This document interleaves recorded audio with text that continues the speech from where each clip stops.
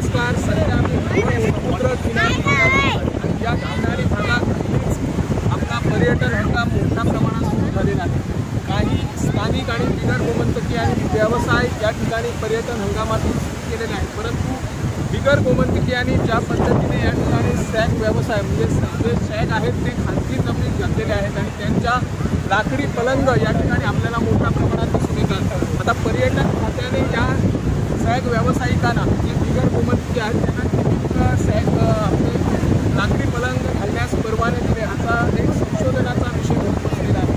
खरं म्हणजे किनारी भागात जे स्थानिक असतात, स्थानिक बेरोजगार युवक असतात, त्यांना पर्यटन हंगामात एखादा जर व्यवसाय मग तो कायदेशीर असो किंवा बेकायदेशीर असो तो करत असताना मोठ्या प्रमाणात अडचणी येतात. जे कायदेशीर आहेत त्यांना लाखो रुपये सरकारला अर्थात पर्यटन खात्याला जमा करावे लागतात. त्यानंतर व्यवसायाला परवाने मिळत असतात. परंतु काही या ठिकाणी जे व्यावसायिक आहेत त्यांच्याकडे नक्कीच परवाने आहेत का याचा शोध स्थानिक पंचायत पर्यटन खाते आणि सरकारने घेण्याची गरज आहे. आज आपण किनारी भागात बघितलं तर मोठ्या प्रमाणात ज्या फिरत्या कपडे विक्रेत्या दिसतात, त्यामध्ये माळा विक्र्या म्हणा, चप्पल विक्र्या, वेगवेगळ्या वस्तू विकणाऱ्या ज्या बिगर गोमंतकीय आहेत त्याची नजर आपल्याला दिसून येते. शिवाय या ठिकाणी आईस्क्रीम विकणारे मोठ्या प्रमाणात गाड्या या ठिकाणी किनारी भागात दिसतात. काही सॅग व्यावसायिकांनी आता ते स्थानिक किंवा बिगर हाही एक संशोधनाचा विषय त्यांनी थेट पाण्याकडे लाकडी पलंग किंवा ज्या बसण्यासाठी आसन व्यवस्था केली आहे त्यापर्यंत पाणी पोहोचत आहे.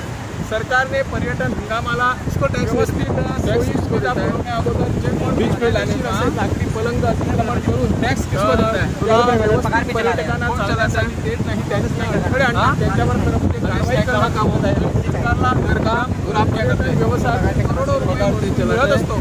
टॅक्स मिळत असताना त्यातला काही महसुलाचा 1% तरी मालूम नाही देण्यास कितना तक रहता है शाम को 11 बजे रात को 11 बजे सोय नाही. मात्र स्थानिक आहेत त्या स्थानिक सॅग व्यावसायिकांनी आपल्या ग्राहकांना वेगवेगळ्या सोयी सुविधा पुरवण्यावर भर दिलेला आहे. पर्यटन खात्याने